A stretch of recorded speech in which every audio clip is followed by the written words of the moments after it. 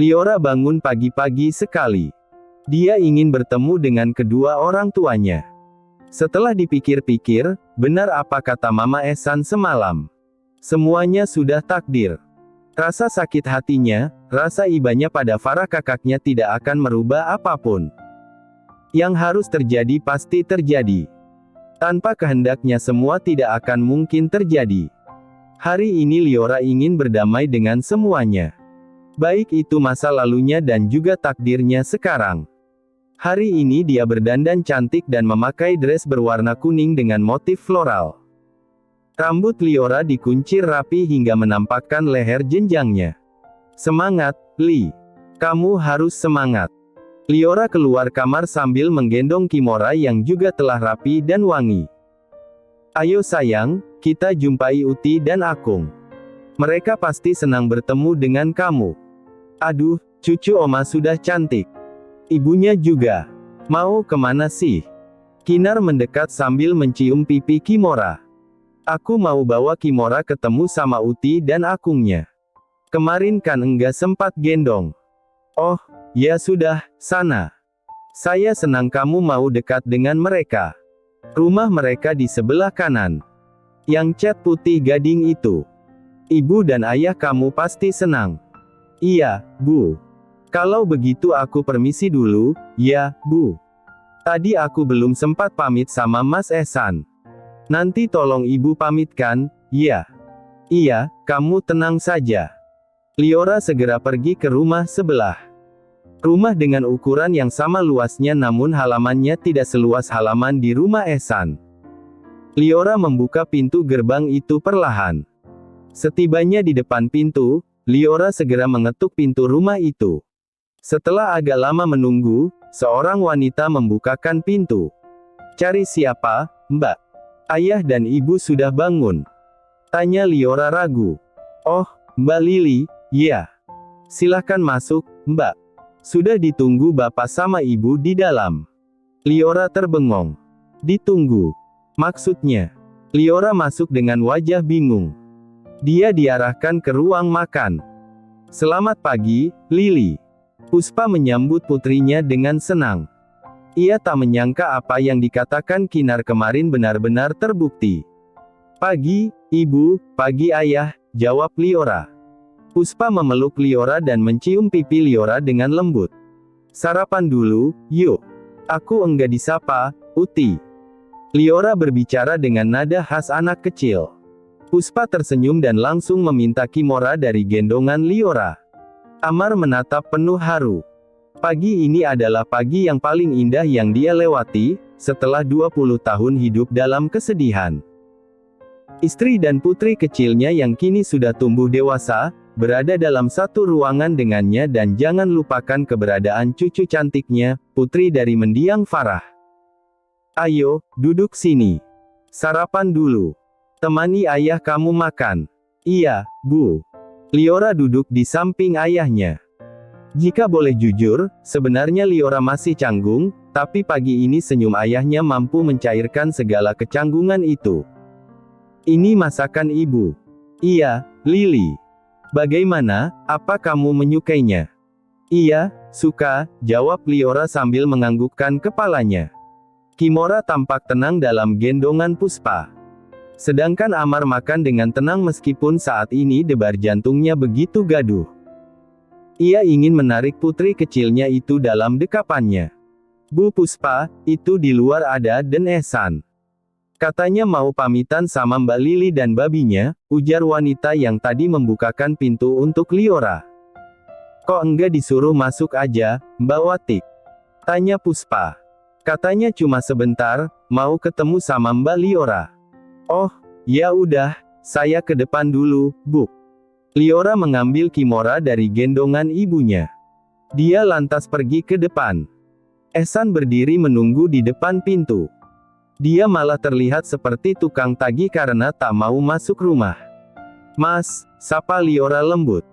Lili, pagi-pagi kamu udah cantik banget sih, ujar Ehsan. Wajah Liora memerah. Dia melirik sambil menggigit bibir bawahnya. Mas mau kemana? Tanya Liora sembari mendekat ke arah Ehsan. Mau ke kantor. Mau cek ke gudang katanya ada barang baru.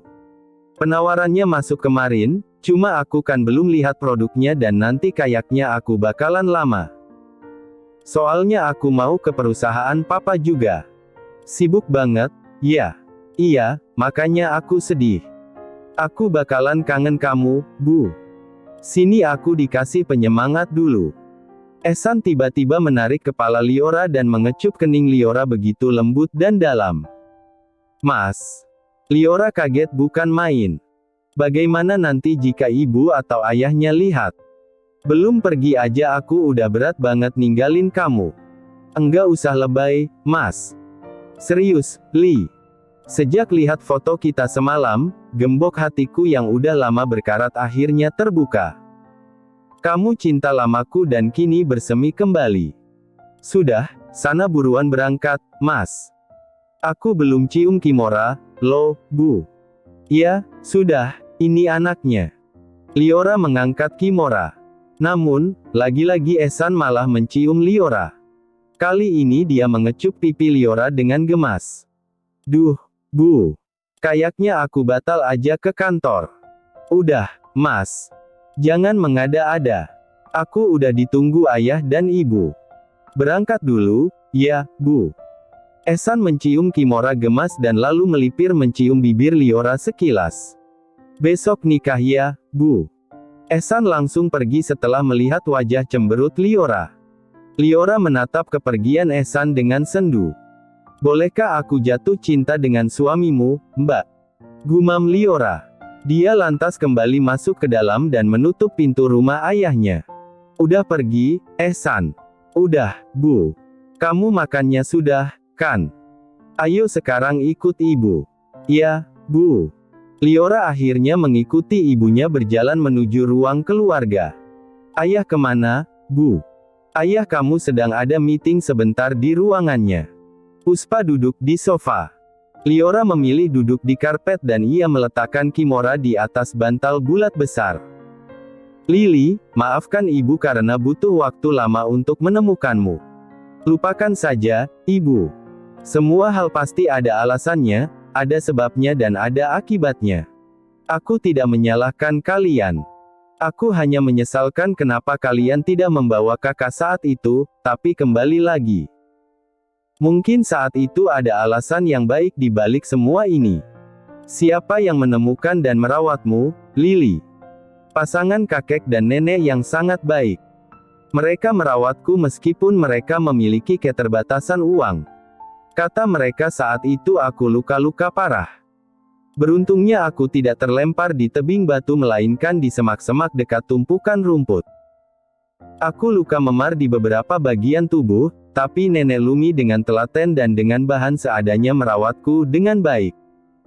Keduanya membesarkanku dengan penuh perjuangan. Sayangnya saat usiaku menginjak 15 tahun, kakek sakit dan akhirnya meninggal. Aku membantu nenek setelah kepergian kakek. Kami hidup berdua dengan baik.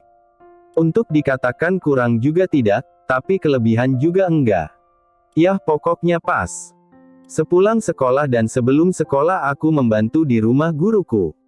Dia punya bisnis catering makanan sehat. Setiap pulang dari membantu, aku diberi upah dan sisa makanan. Itu sudah lebih dari cukup untuk menyokong kehidupan aku dan nenek meskipun kadang nenek juga mengambil kerjaan sambilan. Setelah aku lulus sekolah, Nenek Lumi meninggal. Saat itu aku benar-benar tidak tahu lagi harus berbuat apa. Namun, mantan guruku selalu memberikan semangat. Akhirnya aku kembali bangkit, tapi kebangkitanku enggak berlangsung lama sampai Jingan itu datang dan memperkosaku. Aku sudah berteriak. Namun, teman-temannya tidak ada yang berani membantuku. Mereka semua sampah. Aku membenci mereka. Puspa langsung memeluk putrinya. Air matanya mengalir saat mendengar kisah hidup Liora. Saat menceritakan hal itu, raut wajah Liora mengeras. Tidak ada air mata. Yang terlihat hanya kobaran kepensian dari mata cantik itu. Flashback. Saat itu hari sudah larut saat Liora baru pulang dari rumah mantan gurunya. Waktu itu, Liora ikut membantu catering untuk acara resepsi. Liora berjalan menyusuri jalan kampung sendirian. Biasanya suasana di sana pasti akan ramai orang-orang nongkrong, tapi malam itu suasananya begitu sepi, mungkin karena abis hujan, orang malas keluar. Saat Liora melewati pos ronda, di sana ada Ardi dan keenam teman-temannya. Seperti biasa mereka akan bermain kartu dan gitar ditemani dengan berbotol-botol minuman keras. Liora berjalan sambil terus menunduk. Dia takut memancing para pemuda itu. Gubuk kakek nenek Liora ada di ujung gang, agak jauh dari pemukiman warga karena berada di dekat TPU di kampung itu. Liora awalnya berjalan pelan. Namun, ia merasa ada yang mengikuti langkahnya. Liora langsung berlari, tapi sayang, Ardi berhasil menangkapnya dari belakang. Ardi seketika membekap mulut Liora. Meskipun dalam pengaruh alkohol, Ardi masih setengah sadar saat menyeret Liora ke gubuk mendiang kakek dan neneknya. Diikuti oleh teman-teman Ardi, mereka masuk ke gubuk itu. Ardi langsung melempar tubuh Liora ke ranjang. Liora menjerit untuk meminta tolong pada teman-teman Ardi. Ternyata mereka berjaga-jaga sedang Ardi masuk sendiri menggiring Liora. Saat Liora akan kembali berteriak, Ardi bergegas membungkam bibir Liora dengan mulutnya yang beraroma alkohol itu. Liora terus bergerak memberontak hingga Ardi akhirnya menamparkan Liora. "Diam," desis Ardi. Liora sudah menangis tak karuan. Jujur saja dia sangat takut saat ini. "Tolong lepaskan aku," ujar Liora mengibah. "Melepasmu? Oh, ayolah, Liora. Aku sudah lama memimpikannya datangnya hari ini. Kamu milikku Liora, tidak ada orang lain yang boleh memilikimu," ujar Ardi. Laki-laki itu kini menindih tubuh Liora. Tanpa ampun Ardi menggauli Liora hingga ia jatuh pingsan. Setelah itu Ardi dan teman-temannya meninggalkan Liora dalam keadaan tak berbalut apapun. Flashback off. Amar mematung di luar gawang masuk ruang keluarga.